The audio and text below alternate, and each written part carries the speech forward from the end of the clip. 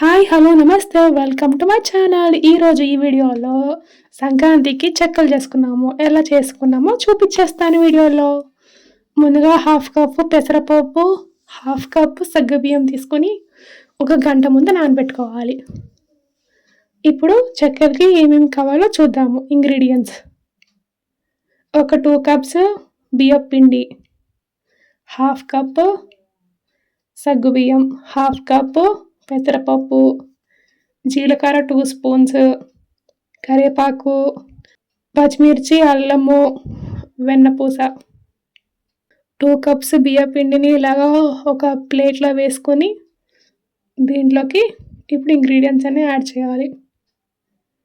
ముందుగా పచ్చిమిర్చిని, అల్లంని మెత్తగా గ్రైండ్ చేసేయాలి.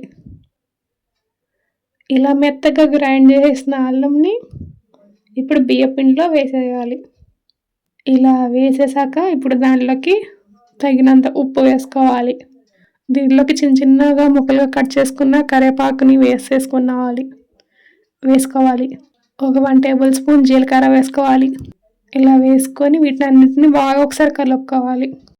ఇలా బాగా కలుపుకున్నాక దీంట్లోకి 2 టేబుల్ స్పూన్స్ వెన్నని వేసుకోవాలి. బటర్ కానీ వెన్న కానీ ఏదైనా వేసుకోవచ్చు.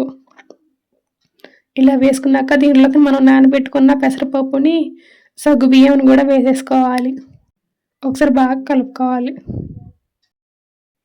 ఇలా బాగా కలుపుకున్నాక ఇలా కలుపుకొని చూసి మనం ఇలా చేతిలో ఉండలాగా చేస్తే ఇలా ఉండవ్వాలి. అప్పుడు మనకి బ్యాటర్ అనేది కరెక్ట్గా ఉన్నట్టు, పిండి అనేది కరెక్ట్గా సరిపోయినట్టు, మనం వేసిన వెన్నపూస కరెక్ట్గా సరిపోయింది అన్నట్టు.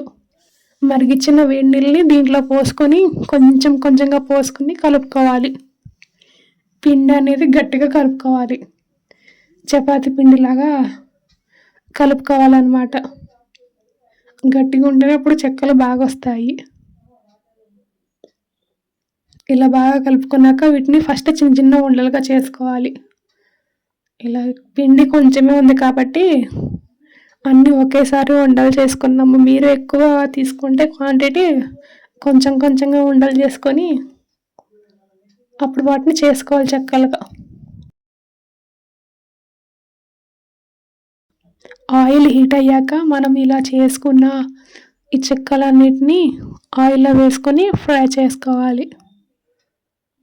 ఇలా ఫ్రై అయ్యాక వీటిని ఒక బౌల్లోకి వేసుకోవాలి. అంతే, ఎంతో ఈజీగా క్రిస్పీగా చెక్కలు అనేది రెడీ అయిపోయినాయి. Thank you for watching.